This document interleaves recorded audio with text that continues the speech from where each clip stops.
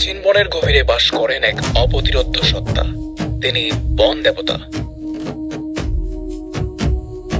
যা করার তাড়াতাড়ি করতে হবে, তারা গেলে শেষ। তোরা গাছ কাট, আমি পাড়া দিতেছি। যখনই লোভী মানুষগুলোর হাতে এই পবিত্র শান্তি ভঙ্গ করে, বন দেবতা তার অলৌকিক ক্ষমতা ব্যবহার করে শাস্তি দেন।